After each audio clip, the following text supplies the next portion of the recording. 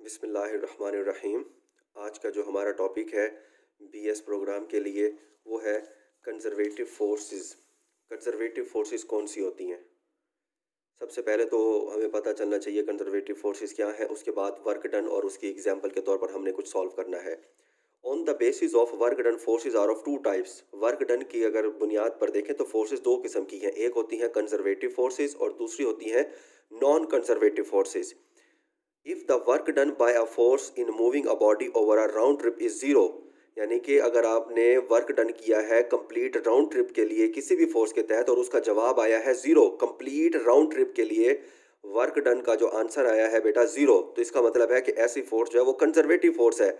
Otherwise वो जो है वो नॉन कंजर्वेटिव फोर्सेस कहलाती हैं। अब उसकी एग्जांपल क्या है वो आप सब अच्छे तरीके से देख लें कि कौन सी उसकी एग्जांपल है। सबसे पहले है हमारे पास स्प्रिंग फोर्स और दूसरी उसकी एग्जांपल है ग्रेविटेशनल फोर्स। तो आज का टॉपिक हमारा इस एग्जांपल के साथ उसको हमने पढ़ना है। Consider a block of mass m attached to a spring of force constant k which slides over a frictionless surface, यानी कि हॉरिजेंटल मैस स्प्रिंग सिस्टम हमने कंसीडर किया है जिसमें स्प्रिंग कांस्टेंट k है और जो ब्लॉक अटैच है उसका मैस है m। ठीक है। Initially when no force acts, जब कोई फोर्स अमल नहीं कर रही, इसका मतलब है डिस्प्लेसमेंट जीरो है, यानी कि वो इनिशियल रेस्ट पोजीशन पर है, तो कोई फोर्स अमल नहीं कर रही तो कोई वर्क नहीं है। When an external force acts and compress the spring to distance d, यानी कि जब हमने इस फोर्स को इस स्प्रिंग मैस सिस्टम पर एक्सटर्नल फोर्स लगाई है इसको कंप्रेस करने के लिए, इसको कंप्रेस कर दिया है, तो जो डिस्प्लेसमेंट है बेटा वो प्लस ही होता है।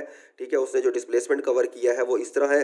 अब तो देखें आप ज़रा, फोर्स की डायरेक्शन और डिस्प्लेसमेंट की डायरेक्शन दोनों सेम है, इसका मतलब है ये जो वर्क होगा ये पॉजिटिव वर्क कहलाएगा। अब अगर मैं इस फोर्स के तहत ये जो वर्क डन कैलकुलेट करूंगा वो प्लस का आएगा क्योंकि दोनों सेम डायरेक्शन में है। वो देखें यहाँ पर मैंने लिखा है the spring to distance D then the work done by the spring is +1/2 K D square. हमने वर्क डन पहले पढ़ चुके हैं, वहां पर जो जनरल फार्मूला था बेटा वो था के एक्स स्केयर। तो x की जगह यहाँ पर डिस्प्लेसमेंट d लिया है, इसलिए इसको लिखा है 1/2 के डी स्केयर, प्लस इसलिए है क्योंकि ये दोनों सेम डायरेक्शन में है। अब आगे देखें, and according to work energy theorem this work appears as a kinetic energy of the block. Last जो टॉपिक पढ़ा था उसमें वर्क एनर्जी थ्योरम ही आप लोगों को पढ़ाया था। ये जो वर्क है वो इसकी काइनेटिक एनर्जी के तौर पर स्टोर होगा और ये जो ऑब्जेक्ट है ये यहाँ से वापस आएगा। Due to this kinetic energy block passes through x is equal to zero, यानी जब फोर्स हटा लेंगे तो क्या होगा कि ब्लॉक जो स्प्रिंग कंप्रेस हो गया वो छूटेगा और वापस अपनी इस जगह से गुजरेगा, x is equal to zero position से गुजरेगा। Now it moves toward the other side of the mean position. अब मीन पोजिशन के बेटा वो दूसरी साइड पर आ गया है। अब डिस्प्लेसमेंट है इस जगह इस तरफ, और जो स्प्रिंग इस पर जो लगने वाली फोर्स है या जो हमने हमने जो फोर्स लगाई थी बेटा वो दूसरी तरफ थी। अब ये दोनों ऑपोजिट हैं, इसलिए जो अब किया गया वर्क है वो आपके पास -1/2 के एक्स स्क्वायर यानी के डी स्क्वायर आ जाएगा, क्योंकि जो हमारी की गई फोर्स थी या जो स्प्रिंग वाली फोर्स है बेटा डिस्प्लेसमेंट उसके ऑपोजिट है। जब भी ऑपोजिट डिस्प्लेसमेंट आएगा बेटा वर्क जो है उसमें नेगेटिव आता है, तो ये नेगेटिव वर्क आ गया। Now the spring is in stretch state. अब स्प्रिंग जो है वो स्ट्रेच स्टेट में आ गया है and again spring force acts to bring back the block to initial position. अब वो जो हुक्स लॉ वाली जो हमने रिस्टोरिंग फोर्स कहलाते हैं जो स्प्रिंग फोर्स कहलाते हैं वो एक्ट करेगी इसको वापस मीन पोजीशन पर लाने के लिए, और अब डिस्प्लेसमेंट जो कवर होगा वो उस फोर्स की सिमत में ही होगा। लिहाजा अब जो वर्क डन आएगा बेटा वो प्लस का आएगा 1/2 K D square. As block passes through mean position it possesses maximum kinetic energy. अब जैसे वो मीन पोजीशन पर आएगा बेटा वो यहाँ रुकेगा थोड़ी, उसकी मैक्सिमम काइनेटिक एनर्जी होगी इनर्शिया की वजह से, फिर वो यहाँ से शूट आउट करेगा।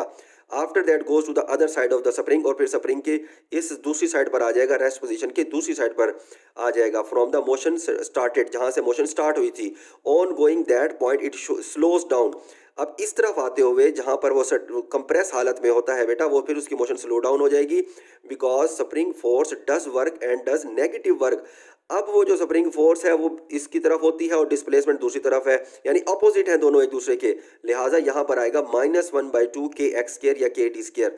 So the total work done over a round trip is given by, जो डब्ल्यू टोटल है उसको अगर आप देखें तो यहाँ 1/2 के डी स्क्वायर प्लस फिर वो जो सेकंड वर्क किया था वो माइनस में था, फिर थर्ड वर्क जो यहाँ पर मौजूद हमने किया है बेटा वो प्लस में है, फिर आखिरी वर्क जो उस तरह कंप्रेस किया है जो वापस अपनी जगह पर कंप्रेस वाली हालत में जब आएगा तो वो भी आपके पास माइनस में है।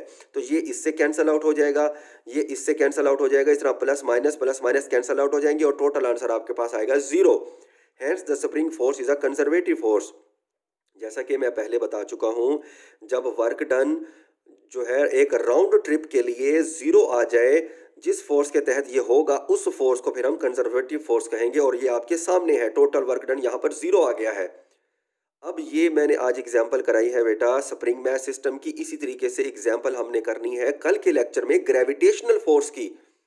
तो इसको अच्छे तरीके से क्लियर कर लें, कोई पॉइंट समझ ना आए तो मुझसे पूछें इसको।